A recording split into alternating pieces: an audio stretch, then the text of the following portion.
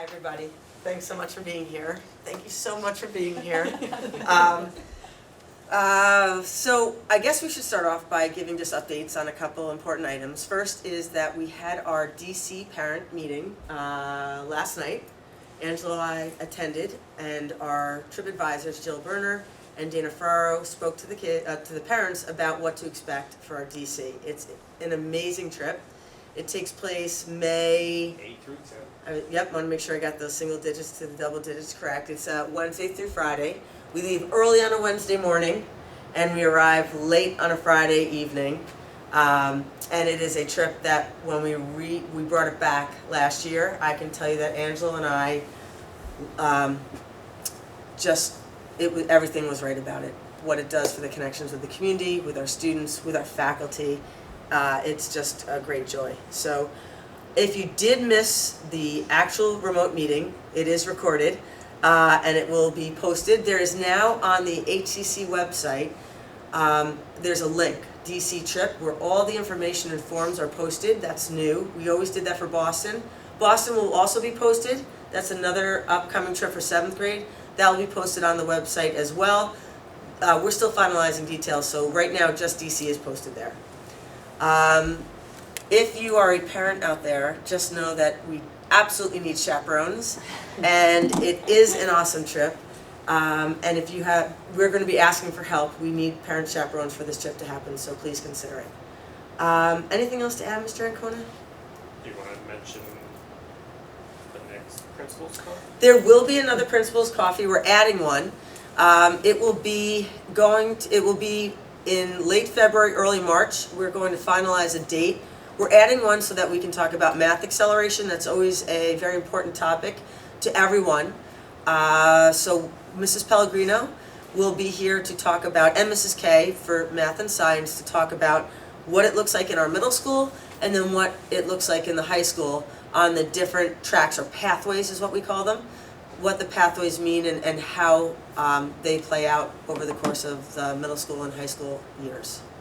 Anything else? So we have, I think everyone knows at the middle school that what we think is the utmost important is the social emotional wellness of our students. Our counselors are very involved, our school psychologists, teachers. We always try to find the correct balance between supporting and challenging our students academically, and then making sure that they are feeling comfortable, challenged, but that they also are aware of how we care for their wellness. And we do that in many ways. We have XPod in the morning to start our day, which has been a fabulous new addition since COVID, actually, where students start their day in smaller groups with a faculty member. They can organize, they can prepare for the day, they can reach out to teachers. There are group activities that they do also together. Tomorrow there's going to be an extended XPod, which means it's a little bit longer, so they can do an activity, micro steps towards their wellness that we are actually going to do today as well. So we've done so many things. This is also Kindness Week. Our counselors and our school psychologists have led every year. They put together a Kindness Week. We're kind every day. But it's a great way to emphasize all the good, positive feelings that happen when you're kind and how it impacts our community in such a positive way. So yesterday we had a speaker, our key speaker, Jared Campbell. I don't know if anyone heard about it from their children, but wow, he sings and sends these messages about the importance of being kind and human to one another and caring for our community. And I see parents shaking their heads like, yes. I will tell you that every faculty member in there who attended also shook our heads saying this is so amazing. So that was yesterday. Thank you to our PTSA for sponsoring Jared Yes. and Mr. Campbell as part of the cultural and enrichment that we get through the support of the PTSA. Yes. And in addition, throughout the week, we have activities to start our day, throughout the day, that remind students about the importance of kindness. There's a kindness tree where they can put Post-its up and say kind things about one another, or positive sayings or phrases. So there's all ways that kindness is present, even more so this week, just to reinforce this idea that we are such a good, positive community in all the ways that we can continue our work. Along with that, we always try to consider other ways to support our students' wellness. And we decided this time to go to an outside expert, someone outside of the Byram Hills organization. Her name is Jeannie Collins. She is the founder of Sparkwell, and we asked if she could come and do an activity and an exercise that we could do together. Tomorrow, our students in XPOD are going to do a very similar activity, and then we're hoping that when they go home, you can have a conversation with them about what they did and plans on how they can continue bringing wellness and balance to their lives. So without further ado, I want to thank you, Jeannie, for being here today and lead us in an activity. Awesome, good. Well, I'm so excited to be here talking with you guys about wellness. Just as a quick introduction, we're going to do quick introductions, who I am, why I'm here, talk about some core wellness principles. We're going to do a little activity, so get ready to get your creative hats on. And then, as Kim said, do something at home. So introduction, I am the mom to Tinsley and Luke, who are 14 and 16. I'm 20 years a brand marketer. I'm a health coach. I am Matt's wife. I eat whole foods. I eat chocolate. I drink coffee. I'm a fan of leadership books, walking outside. And as this introduction illustrates, all of us are not one thing, we're lots of things.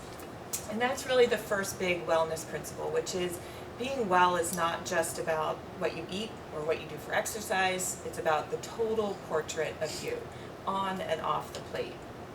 And so why I really got into this is brand marketing at its core is really all about motivating action, trying to get someone to do something, to sign up for something, to buy something, to pass something along. Health coaching at its core is really all about identifying a personal path to wellness. And so what gets me really excited is how to spark new creative actions to feel well and to really motivate people in tiny little ways to get well every day. So wellness is kind of like a buzzy word, right? Like a lot of people use wellness and it sort of means a lot. I don't know what it means, but you can think for a second what it means to you. But I did a little bit of research, and what I found is that this is all the things that people say. At its core, it's about feeling good, right? But you also see the variety of words that people put up here when you ask them, what does feeling well mean to you? And so that's really the next big concept, is wellness is really individualized. And I think this is really critical because there's a lot of rule books and playbooks of how to, quote, get well and get on the path to wellness. But in reality, it's so different. What it feels, for me to feel well is different than you, and how to get there is very individualized. The other big concept is this idea of micro steps, as Kim alluded to. And we're at that time of year where people are making resolutions, and a lot of people are not keeping their resolutions. And one of the big reasons why is people tend to make big changes, and they have like goals to make massive sweeping changes. And what I've seen with my clients and with brand behavior change is that it really is about these tiny little steps, and those tiny little steps are more attainable and, importantly, more sustainable over time. And then finally, the last one, which we'll spend a little time today, is all of us know what it feels to feel good for us. And you know what, our kids know too. At their core, they know what feels good, what doesn't feel good. And coaching is really all about unlocking that and uncovering that and allowing people to really trust their gut and to trust their instincts of what it feels to feel good. And so we're going to do a little exercise to try and illustrate that a little bit. We're going to do it together, hopefully. Hey, Jeannie, can we yeah, just of course. go back for 1 Yeah.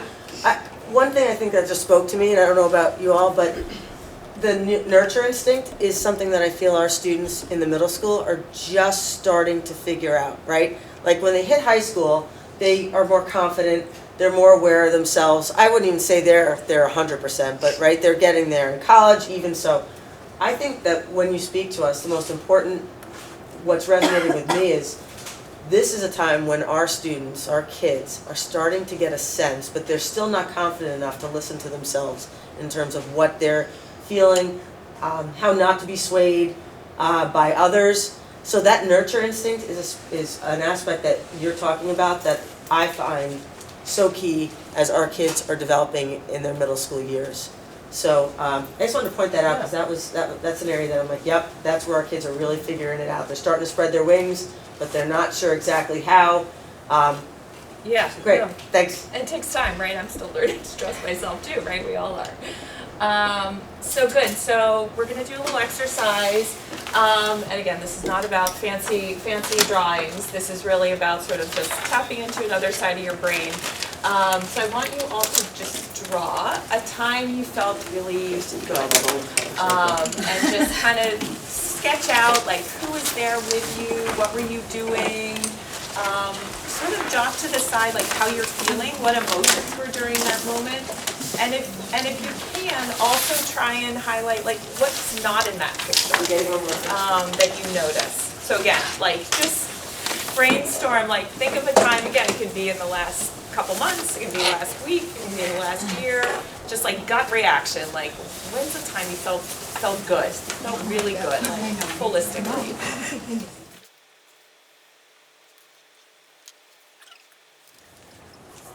All right, you know what I'm gonna ask next, which is, does anyone want to share their picture? I will share. Thank goodness. Okay, so, for full disclosure, I have no artistic ability whatsoever. So, Liz got it after 3 attempts. So Is that a rabbit without legs? It's a whale. We can only have fun with you, we won't do this to everyone else. and I know that about myself, I know that, but it's more in the explanation. So when I was thinking about this question, I was like, okay, what are the most meaningful things to me? And that's my family, and centered around holidays. And my favorite holiday is Thanksgiving. And as I was sitting here, I was like, why is it really Thanksgiving? Because I think the next day, there's really nothing for us to do. There's no like going somewhere, right? Like there's time where at Thanksgiving you can just sit, relax, talk, spend as much time as you want with your family, and not have to worry about like moving on, right? Or I have to drive back to where I live because my family lives out on Long Island. Now I have to drive in traffic and head home to go to like school the next day or to whatever it is. So then I was thinking, okay, well, at Thanksgiving, it's a time that my whole family, and I sort of remember my grandparents were there, which is important to keep those traditions. Right now, as I see my kids growing up, I want to impart on them that feeling of, this is your family. These are the ties that you value. And this should really be the most important thing in your life. Not, what was here on Wednesday or Crazy Friday or whatever it is, Black Friday. Don't worry about that, but worry about the time that you have because that time is precious, right? That's where I feel the most happiest. That's awesome. That's great. And maybe tell a little bit about, so you talked about connection. What other like feelings on that day after, which sounds like that's the magic day, do you feel? So for the other holidays, it's the day after I feel kind of like stressed that I have to do something. But Yeah. on Thanksgiving, it's like, I can sleep in, or I don't really have to do anything if I don't want to do it. And I can stay with them longer. Yeah. Right? There's no time. There's No stress. like I think of Easter. Easter, I'm there. School's the next day. I really can't focus on the holiday so much. Yeah. Then I have to be somewhere else. Christmas, it's always like whatever it is. 4th of July, that's like an everybody holiday. People are at the beach. People are at the, it's not really a family type holiday.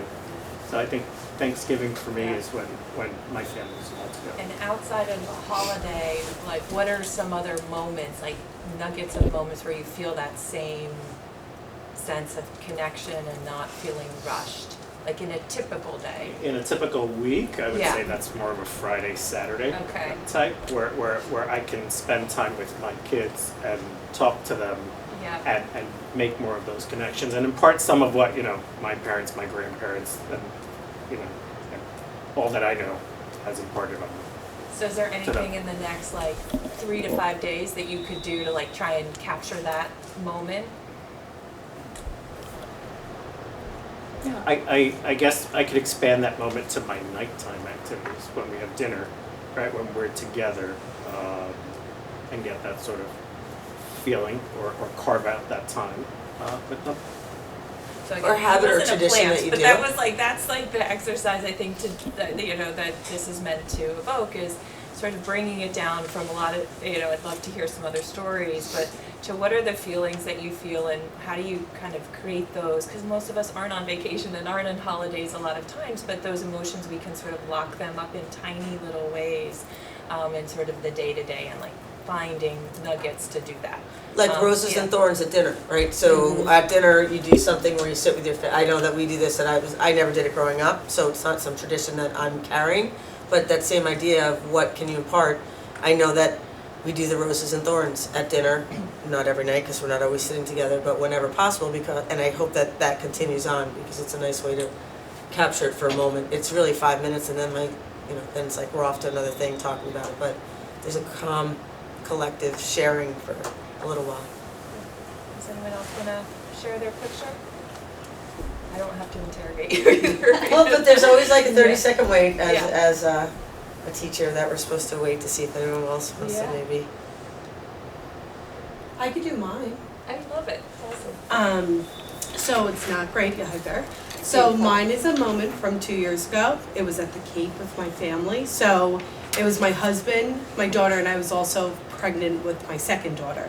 So I wasn't feeling great. It was first trimester 6, so that's a whole fun thing. But in our backyard, the beach was right there, and I remember a moment where my daughter was playing and like laughing, my husband was playing with her, and I remember sitting and just kind of feeling so whole at that moment. Like, I knew my baby was okay, I knew my daughter was okay, everybody was just so happy, and it was such a moment of peace and calm that we don't always feel on a daily basis, right, with work and all the other things going on, but I just remember that moment with the ocean in the background. It was just like such a beautiful moment that I just remember feeling like so calm that, I always think of that. That's always like my calm. When things are overwhelming, I always go back to that moment. So it was just a beautiful, beautiful moment with my family. That's great. Is there anything about the ocean that drives that, or was it the I think it was everything. Yeah. It was like the weather was great, the ocean would just sound so calming, hearing your child laughing and so genuinely happy, especially, she was only like 18 months old, so just like a kid laughing for just pure happiness is just like such a special thing. So it was everything you could imagine, being so like picturesque, but it was just a really great time. And I always go back to that when I'm feeling stressed or overwhelmed. That's like my happy Cool. place. That's yeah. great. That's great. That's a great example.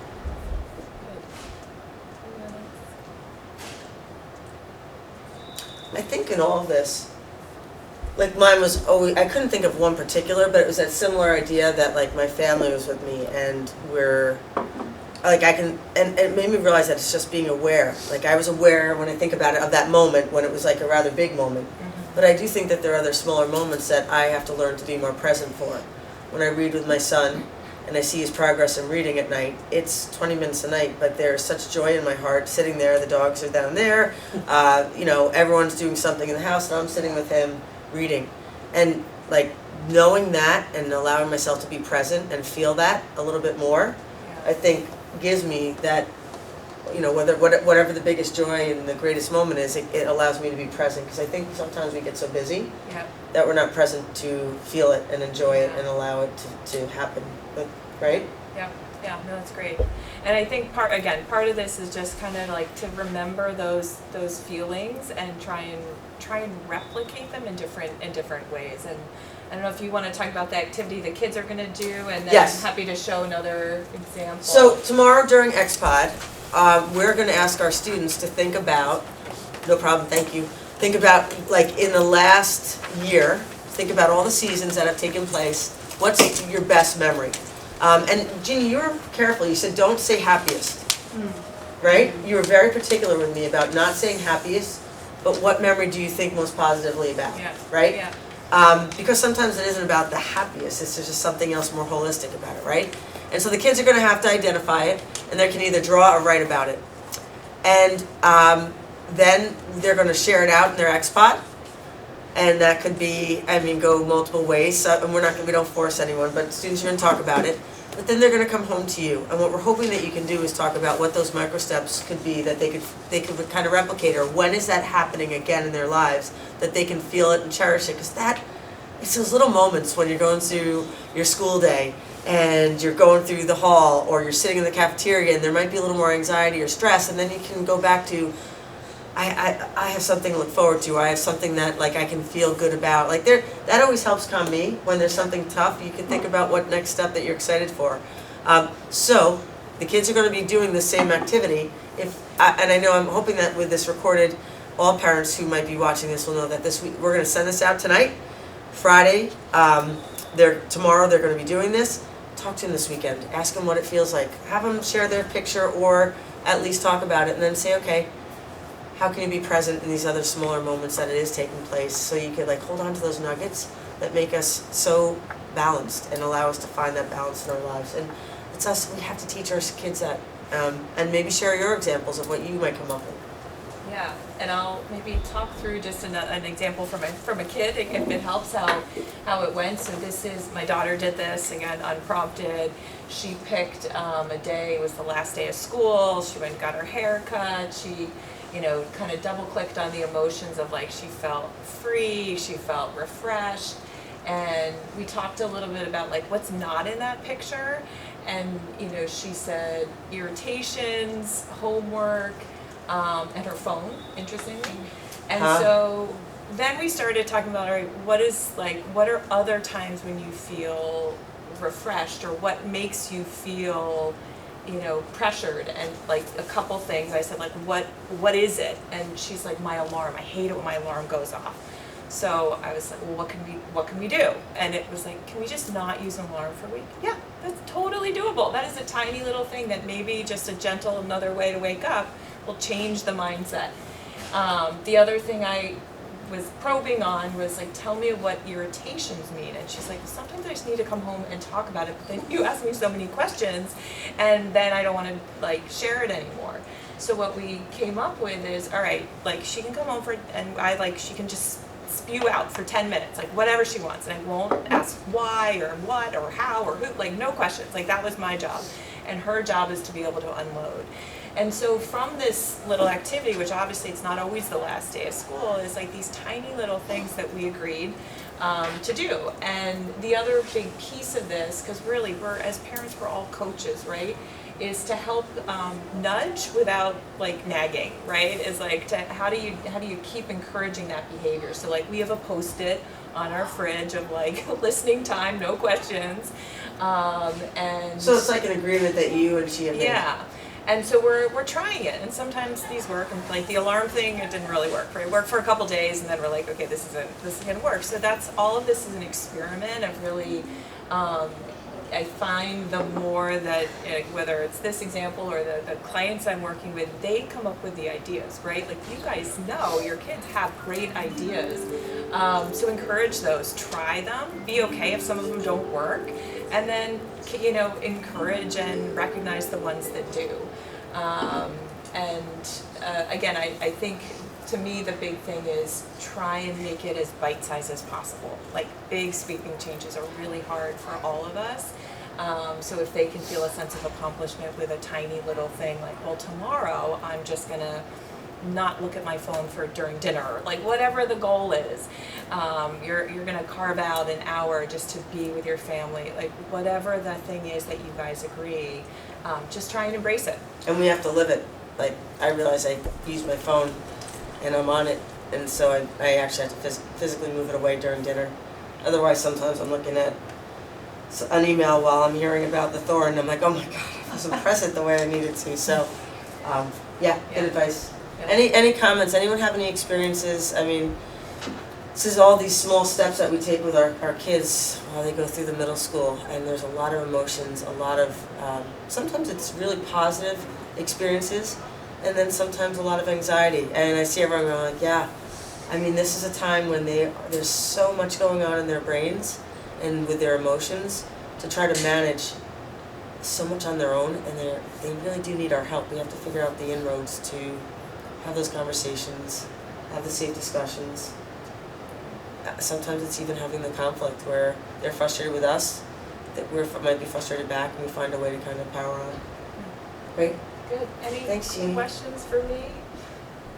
Thanks so much. Yeah, great. I do have like a weekly wellness email if you guys want to sign up for microsteps. I send out these microstep Monday ideas. So that my website is sparkwellco.com. One idea was that, and I started doing it, was while you brush your teeth, think of 3 things that you're grateful for. And I had started doing it, and then I stopped, and when I was running this morning, I just did it then. I thought of the 3 things I was grateful for, and my run went a little bit quicker, because those are painful. Good, thank you. Thanks, Jeannie. Thank you. Does anyone, while we're here, I wanted to make sure we had devoted some time to the social emotional component. Does anyone have any things that they need to ask about the middle school, any questions? That acceleration meeting is going to be happening, which is always a very important, popular one, but is there questions about the DC or any of the upcoming events? You will post the DC if we couldn't make the meeting last Yes, night. it's gonna, yes. And this week's, Yes. this Friday's. Yes, and if I don't, I'll tell you when it will be posted, but I think we can have a turnaround time for that. Amazing, grateful. Absolutely. Other things that are happening, no, Angela, anything else? I had something, but that happens now after I hit 50.